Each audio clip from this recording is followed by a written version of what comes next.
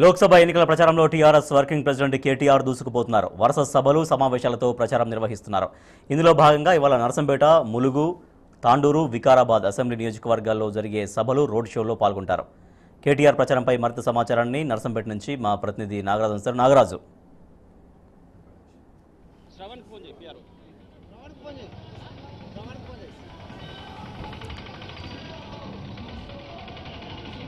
రాజేష్, మరి కాసేపట్లో TRS working president KTR నర్సంపేటకు రానున్నారు. మరి నర్సంపేట మార్కెట్ యార్డు పక్కనే హెలిప్యాడ్ ఏర్పాటు చేశారు. హెలిప్యాడ్లో దిగిన అనంతరం నేరుగా నర్సంపేట చౌరస్తా, ఇప్పుడు మనకు కనిపిస్తున్న చౌరస్తాకు వస్తారు.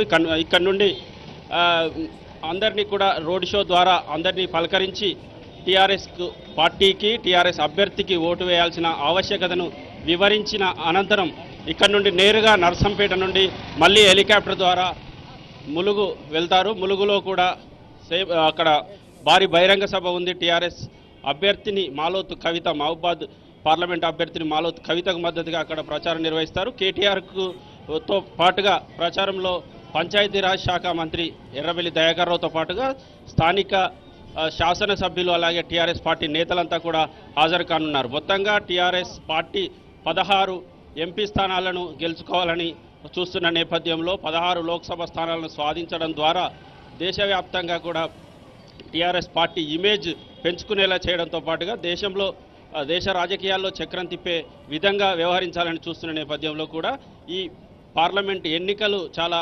ప్రతిష్టాత్మకంగా తీసుకుంది. ప్రతి పార్లమెంటుపై కూడా ప్రత్యేకంగా దృష్టి సారించిన టీఆర్ఎస్ పార్టీ అన్ని రకాలుగా కూడా ప్రచారం చేస్తోంది. అభ్యర్థులకు మద్దతుగా ప్రచారం నిర్వహిస్తోంది. బూత్ స్థాయి నుండి కూడా రాష్ట్ర స్థాయి వరకు అన్ని మానిటరింగ్ చేస్తుండడంతో పాటుగా ప్రతి అభ్యర్థి విజయంపై ప్రత్యేక దృష్టిని కూడా నిలిపింది. ఈ నేపథ్యంలో పార్టీ వర్కింగ్ ప్రెసిడెంట్ కేటీఆర్ ఈరోజు నర్సంపేటకు వస్తున్న నేపథ్యంలో భారీ ఏర్పాట్లు కూడా చేశారు. ప్రభవన్ల ద్వారా ఆయనకు స్వాగతం తెలపడంతో పాటుగా ప్రత్యేకంగా ఈ రోడ్ షోను చాలా ప్రతిష్టాత్మకంగా తీసుకున్న టీఆర్ఎస్ వర్గాలు దాదాపుగా 30,000 మందిని తరలించేందుకు అన్ని ఏర్పాట్లు కూడా చేశారు. ఈ రోడ్ షో ద్వారా టీఆర్ఎస్ పార్టీకి సంబంధించి, టీఆర్ఎస్ శ్రేణులకు సంబంధించి ఒక జోష్ను తీసుకువచ్చి ఆ జోష్ ద్వారా ఓట్లుగా మరల్చి భారీ మెజారిటీ, అంటే టీఆర్ఎస్ ఎంపీ అభ్యర్థులు గెలవడమే కాదు భారీ మెజారిటీతో గెలిచేందుకు ప్రత్యేక చొరవ తీసుకుంటున్నారు. ఈ చొరవ నేపథ్యంలో నర్సంపేటలో ఈరోజు కేటీఆర్ రోడ్ షో ఉంది. ఈ రోడ్ షోకు సంబంధించి ఇప్పటికే భారీ ఏర్పాట్లు కూడా చేశారు. ప్రస్తుతం మనతో పాటుగా నర్సంపేట ఎమ్మెల్యే పెద్ది సుదర్శన్ రెడ్డి గారు. సుదర్శన్ రెడ్డి గారు, చెప్పండి, కేటీఆర్ గారి షెడ్యూల్ ఎలా ఉండబోతోంది? వారు మరో 45 మినిట్స్లో వారు ఇక్కడ ల్యాండ్ అయ్యే అవకాశం ఉంది. వారు హెలికాప్టర్ ద్వారా ఇక్కడికి రావడం జరుగుతూ ఉన్నది. ముఖ్యంగా ఈరోజు కేటీఆర్ గారి చేత భారీ రోడ్ షో కార్యక్రమాన్ని మహబూబాద్ పార్లమెంట్ నియోజకవర్గంలో ఏకైక జనరల్ కాన్ఫరెన్స్ అయినటువంటి నర్సంపేట కేంద్రంలో ఈరోజు నిర్వహించడం జరుగుతూ ఉన్నది. అన్ని విధాల పార్టీ శ్రేణులు కూడా సన్నద్ధం కావడం జరిగింది. అన్ని రకాల అందరూ కూడా, అన్ని కులాల మతాల వాళ్ళు కూడా పెద్ద ఎత్తున కేసీఆర్ గారి నాయకత్వాన్ని బలపరుస్తూ కేటీఆర్ గారి సారథ్యంలో జరిగేటువంటి మొట్టమొదటిసారి జరిగేటువంటి పార్లమెంటు ఎన్నికలను ఏకపక్షంగా గెలిపించాలని 16 సీట్లు గెలిపించే లక్ష్యంతో ఇవాళ ప్రజలందరూ కూడా ఆశీర్వదించడానికి, మద్దతు తెలియజేయడానికి ఇవాళ నర్సంపేటకు తరలి రావడం జరుగుతూ ఉంది. అంటే దేశంలో కాంగ్రెస్, బీజేపీ ఏతర పక్షాలను కాంగ్రెస్ ఏతర పక్షాలు అవసరం ఉంది, బీజేపీ కాంగ్రెస్ ప్రత్యామ్నాయం అవసరం ఉంది, ప్రాంతీయ పార్టీల అవసరం ఉందని చెప్తున్నారు. సార్, చెప్పండి, దేశంలో బీజేపీ కాంగ్రెస్ ఏతర పక్షాల అవసరం ఎలా ఉందనుకుంటున్నారు? ఇప్పుడు అనేక సంవత్సరాలు దేశానికి స్వతంత్రం వచ్చినప్పటి నుంచి కాంగ్రెస్, బీజేపీ పరిపాలిస్తుంది కదా. ఒక మార్పు రావాలనేది మన ముఖ్యమంత్రి గారి కోరిక. చాలాసార్లు అనేక సార్లు మాట్లాడుతూ ఉన్నారు. ఆయన ఏదో ప్రధానమంత్రి కావాలనే కోరిక ఆయనకు లేదు.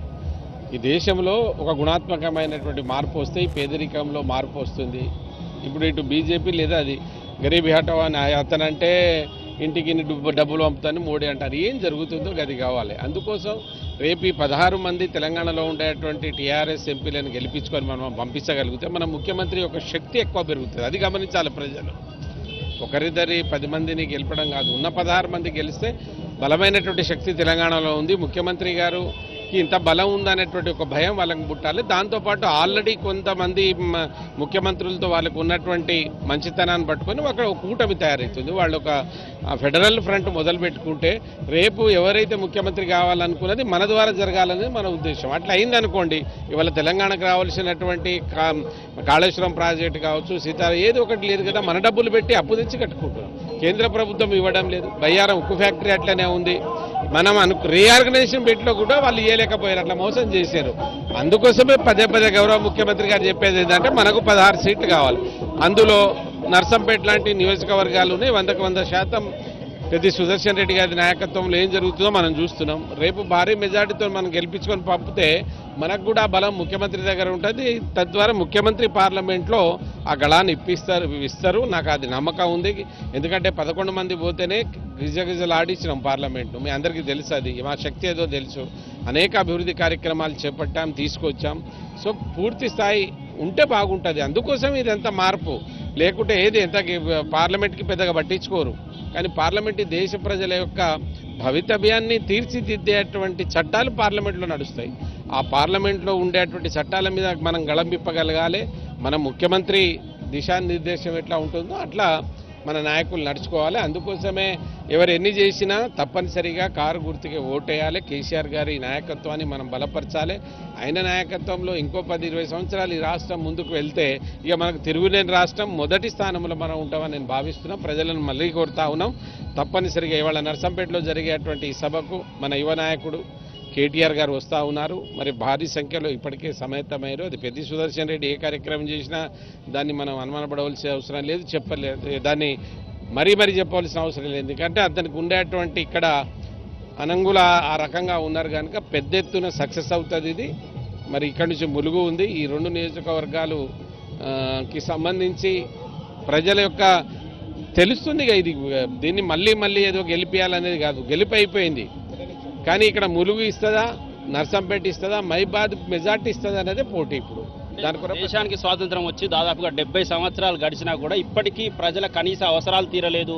ఇటు బీజేపీ కావచ్చు, కాంగ్రెస్ కావచ్చు, ఒకరికొకరు విమర్శించుకోవడానికే పనికొస్తున్నారు తప్ప ప్రజల కనీస అవసరాలు తీర్చేందుకు వీళ్ళు ఏమాత్రం ఉపయోగపడడం లేదని సీఎం కేసీఆర్ గారు చెప్తున్నారు. టీఆర్ఎస్ అధినేత అవసరమైతే జాతీయ పార్టీని కూడా స్థాపించడానికి వెనకాడను, ఈ పార్లమెంట్ ఎన్నికల అనంతరం అటువంటి కీలక నిర్ణయం కూడా తీసుకుంటానని నిన్న ప్రకటించారు.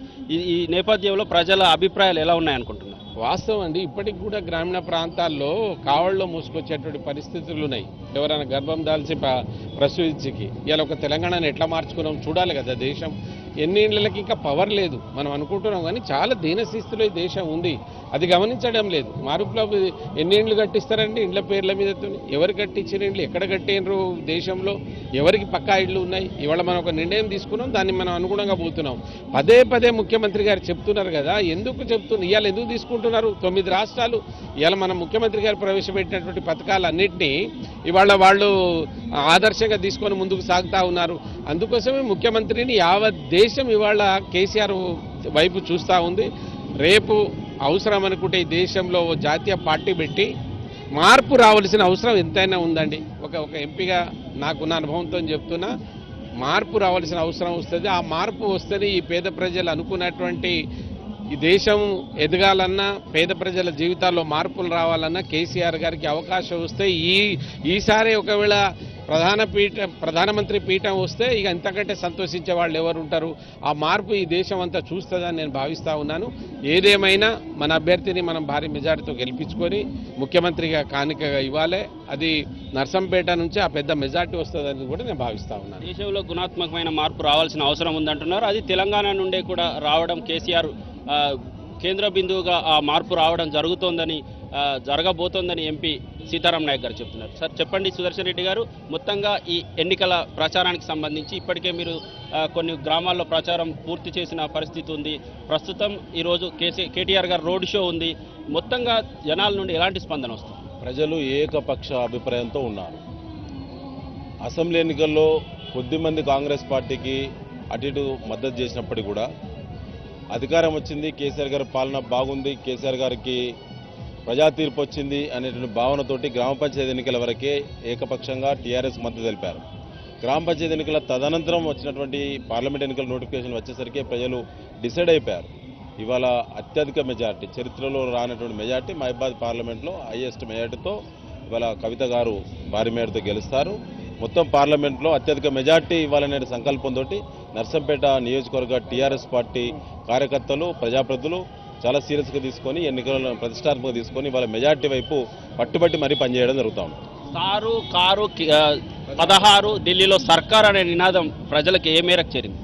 ప్రజలకు ఆల్రెడీ ఆ నినాదం రీచ్ అయింది. ప్రజలు కూడా దాన్ని ఎక్కువ ఓన్ చేసుకుంటున్నారు. వారు కూడా ఇది కరెక్టే అని చెప్పి, ఎందుకంటే కాంగ్రెస్ బీజేపీలను చూసిళ్ళు, వారు ప్రత్యక్షంగా ప్రభుత్వాలను ఏర్పాటు చేసినప్పుడు చూశారు, వారు పరోక్షంగా మద్దతుతోటి వివిధ రూపంలో వచ్చిన ప్రభుత్వాలను కూడా చూశారు. కాబట్టి ఇంకా అపరిష్కృతంగా ఉన్నటువంటి అనేక సమస్యలు, ముఖ్యంగా రైతు కేంద్రంగా ఇంకా అనేక పరిపాలనపరమైన నిర్ణయాలు, ఒక కేంద్ర ప్రభుత్వంగా తీసుకోవాల్సిన నిర్ణయాలు అనేకం పెండింగ్ ఉన్నాయి. ముఖ్యంగా జస్టిస్ స్వామినాథన్ కమిటీ ఇచ్చిన నివేదికకు 20 సంవత్సరాలైన దిక్కులేని స్థితిలో ఈ దేశ ప్రభుత్వాలు నడిచినాయంటే సిగ్గుపడాల్సిన అవసరం ఉన్నది.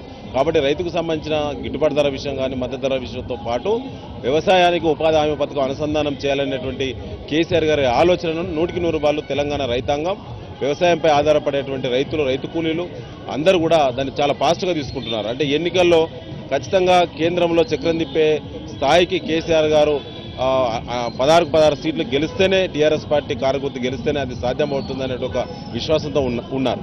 అంటే ఇప్పటికే ప్రతిపక్ష పార్టీలు అంటే టీడీపీ తమ అభ్యర్థులు నిలుపుకోలేని దీనస్థితిలోకి చేరింది. కాంగ్రెస్ అభ్యర్థులు అంటే అసెంబ్లీ ఎన్నికల్లో ఓడిపోయిన అభ్యర్థులనే పార్లమెంట్ అభ్యర్థులుగా తిరిగి 8 మందిని పార్లమెంట్ అభ్యర్థులుగా నిలిపింది. దీన్ని ఎలా చూడొచ్చు అంటారు? ఇప్పుడు టీడీపీ పార్టీ అభ్యర్థులనే పెట్టలేకపోయింది. కాంగ్రెస్ పార్టీ అభ్యర్థులను మాత్రమే నామినేషన్ వేయించగలిగింది తప్ప వారు మరి ప్రచారంలో తిరిగే పరిస్థితి లేదు. కేవలం నియోజకవర్గ కేంద్రాలకే పరిమితమైనటువంటి పరిస్థితి వాళ్ళ ప్రచారం. వాళ్ళు మండల కేంద్రాలు కూడా పోయేటువంటి పరిస్థితుల్లో లేరు.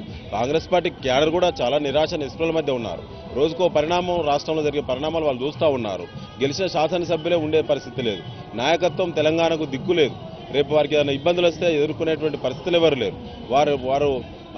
వారికి సంబంధించినటువంటి ప్రధానమైనటువంటి కాంగ్రెస్ పార్టీ క్యాడర్ అంతా కూడా టీఆర్ఎస్ వైపు అడుగులు వేస్తున్నటువంటి సందర్భంగా మరి అందులో ఉన్నటువంటి ఓటర్లు కూడా టీఆర్ఎస్ వైపే ఆకర్షితులు కావడం, కేసీఆర్ గారి నాయకత్వాన్ని బలపరచడం మనం చూస్తున్నాం.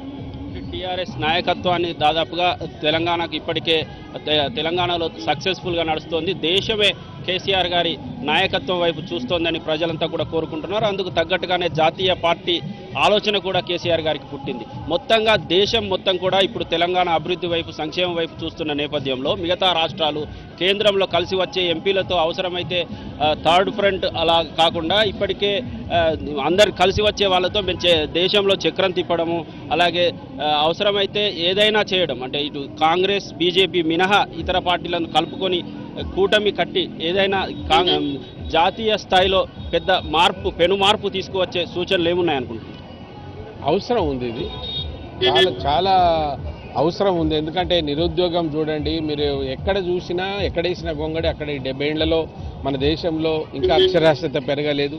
అన్ని రకాలైనటువంటి ఇబ్బందులకు గురి అవుతున్నటువంటి ఈ ప్రజానీకానికి కేసీఆర్ గారి నాయకత్వం అవసరం అనేది ఇప్పుడు తెలుస్తూ ఉంది. ఎందుకంటే తెలంగాణ రాష్ట్రంలో వాళ్ళు చేస్తున్నటువంటి మార్పులు, వాళ్ళు చేస్తున్నటువంటి అభివృద్ధినే ఇతర రాష్ట్రాలు ఆదర్శంగా తీసుకుంటున్నాయి కనుక రేపు దేశంలో వారు రాగలిగితే దేశంలో ఉండేటువంటి ఇతర ముఖ్యమంత్రులు కానీ వారు కానీ కలిసి పెద్ద ఎత్తున ఈ ఒక అభివృద్ధి సంక్షేమ కార్యక్రమాలను ముందుకు తీసుకపోతే దేశ ప్రజలకు లాభం జరుగుతుంది, యువతకు ముఖ్యంగా లాభం జరుగుతుంది అనేటువంటి ఏదైతే నినాదం ఉందో ఆ నినాదానికి అనుగుణంగా కేసీఆర్ గారు పనిచేస్తూ ఉన్నారు. మనం అందరం చూస్తూ ఉన్నాం. దేశంలో మార్పు రావాలండి. ఇక ఊరికే ఒకటేసారి అనుకోకుండా ప్రజలు తెలివైనటువంటి వాళ్ళు ఎన్నిసార్లు బీజేపీని, కాంగ్రెస్ని గెలిపిస్తే దేశానికి ఒరిగింది ఏంది? సార్లు చెప్పారు. మన దగ్గర ఉన్నటువంటి ఒక రోడ్డు లెంత్ ఎంత, ఆ రోడ్డు మీద నడిచే వెహికల్ స్పీడ్ ఎంత, ఇతర దేశంలో ఏముంది, మనం ఎంత ఉపయోగించుకుంటున్నాం, దేశం ఎంత ఉపయోగించుకుంటుంది, ఎందుకు ఇంత పెద్ద దేశంలో ఇది మార్పు రావడం లేదు? ఇది 100% మార్పు రావాలనేది ఒక కోరిక ఏదైతే కోరుకుంటున్నారో దానికి అనుగుణంగానే గౌరవ ముఖ్యమంత్రి కేసీఆర్ గారు పనిచేస్తున్నారు కనుక వారిని తప్పనిసరిగా మనం వారి ఆశయాలకు అనుగుణంగా అందరూ పనిచేయాలి. దేశంలో ఉండేటువంటి ముఖ్యమంత్రులు కూడా వారికి పూర్తి స్థాయిలో సహకరించి మనం ఏదైతే అనుకుంటున్నామో ఈ ఫెడరల్ ఫ్రంట్కి ఒక నాంది పలకాలి. అవసరం అనుకుంటే దేశంలో జాతీయ స్థాయిలో కూడా గారు మొత్తంగా దేశమంతా కూడా తెలంగాణ వైపు చూస్తుంది. తెలంగాణ నాయకుడు సీఎం కేసీఆర్ వైపు చూస్తోంది. కేంద్రంలో గుణాత్మకమైన మార్పు అవసరమని కూడా ప్రజలంతా కోరుకుంటున్నారని చెబుతున్నారు. మరి కాసేపట్లో అంటే మరొక 30 నిమిషాల్లో కేటీఆర్ రోడ్ షో నర్సంపేటలో ప్రారంభం కాబోతోంది. Rajesh, over to studio.